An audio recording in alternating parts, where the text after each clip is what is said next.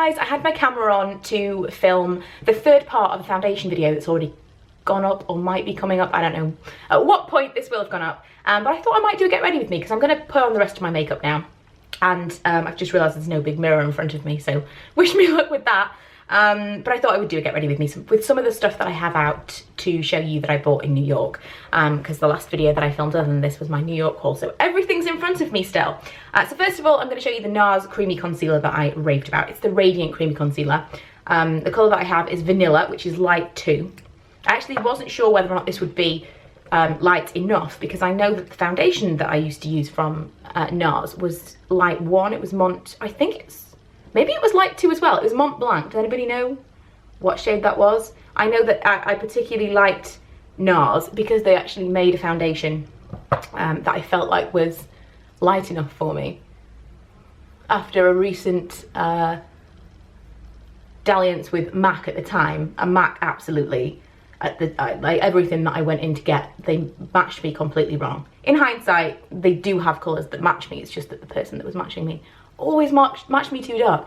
I don't know if we're getting past that stage of people wanting to be much darker than they really are, but I often get comments. When I do like a get ready with me and I apply my foundation, or anything to do with foundation, I often get comments and someone will say, why don't you blend your foundation down your neck?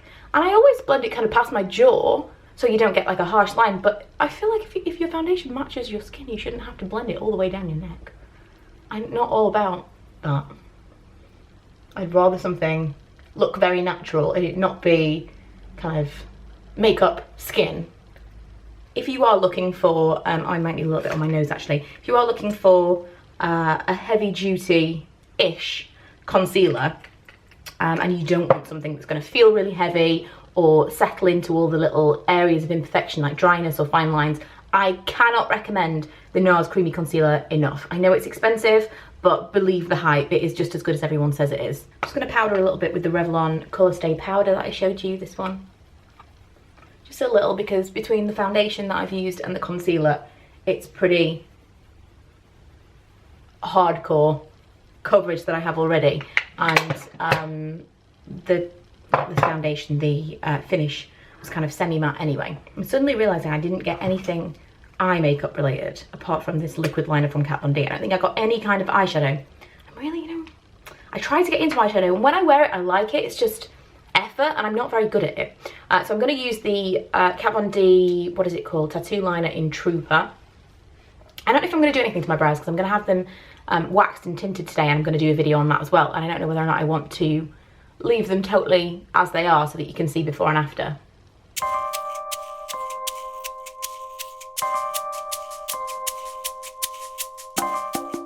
That was totally out of focus that whole time, wasn't it? Let's try again.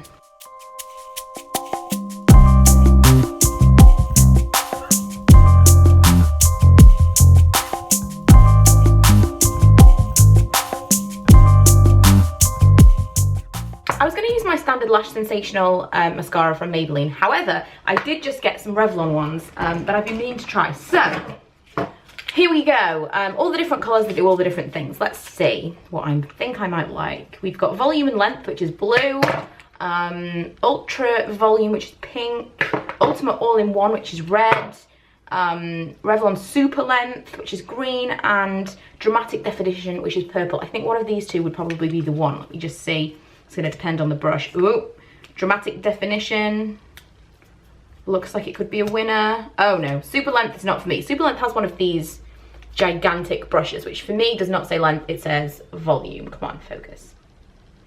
In your own time. There we go. Huge, huge, huge brush. Whereas the Dramatic Definition looks like this. Much more my kind of scene. So we'll try this one. Oh, it's much lighter than I expected it to be. I thought this would be like a thicker formula.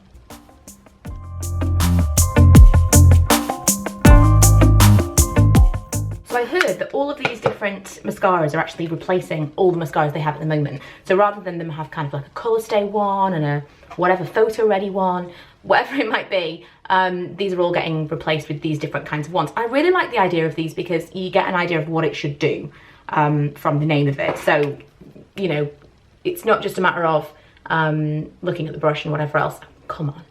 Looking at the brush and whatever else, it actually says on them what they should do. And because they've got so many different ones, you get the idea that maybe you're gonna get specifically what you want. Whether you do or not, we will see. I quite like this one. It reminds me of the Photo Ready HD that I used to have. I think it's called Photo Ready, not Colorstay. Pretty sure it's Photo Ready. I really liked that one. Reminds me of that. It's quite a fluttery lash without it looking kind of too clumpy or anything. I like it. We'll see if it crumbles and things. Revlon, historically, I do quite like mascaras from. The blush, I'm going to use, actually, I'm going to use this first of all, the NARS blush that I bought in Nico, which is not really a blush at all, is it? It's like a highlight powder. Someone told me this was a US exclusive, so apologies for that, because I didn't think that that's what I was buying. Someone else asked why I didn't buy any of the lip creams from Sephora, and main reason for that is that I didn't want to buy anything that I knew was specific to Sephora that we wouldn't ever be able to get here. Whereas like things with the Kat Von D or the NARS, that kind of thing, lots of people talk about them and people will go out of their way to purchase them kind of various different methods online, like Amazon or eBay or even Sephora if you wanted to. But Sephora is specifically Sephora, so you're never going to be able to necessarily get that easily in the UK. I was told though in the comments of my recent video that a Kat Von D may be coming to the UK, so that's kind of exciting. And I'm going to use that like just here where I would normally use my illuminating powders. And then I'm going to use the Clinique pop that I bought, which is the peach pop. It looks like this. I'm going to use that just on the apples and my cheeks for a little bit of colour. It's really quite sheer. I think all of them are. They're quite just pops. The question is, what lipstick do I use? I'm really tempted to use this Kat Von D one. And I haven't got any colour on my eyes, so why not? Not much on the cheeks. I really want to try this out, and this is the first time I'm using it. So again, first impressions as well. And this is the Kat Von D in, what is it called? Backstage Bambi. And it is, I don't remember what the actual product is called. Did it tell me? Liquid lipstick? Everlasting liquid lipstick.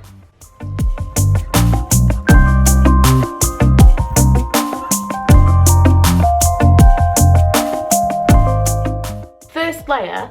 That's amazing. My lips are so dry at the moment, really, really horrible, and it's only picked up a teeny bit there. The rest of it's kind of just filled it in.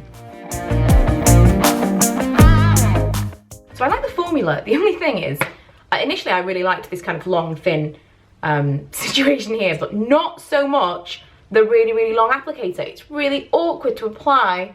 Like, it's really strange. I don't know what that's all about, but you wouldn't think it'd make that big a difference, but it does. It feels really awkward to apply from a further away distance. Odd. So that's it. I may do brows in a second. I'm going to do kind of the first portion of my brow video and show what my brows look before, and then I'll come back to you and do some brows. I think I might do the Clinique pencil. Okay, I'm back. So we're going to do the Clinique brow pencil in soft brown. Quite enjoying using this actually. I can't twist it up with one hand. But it's really quite natural looking.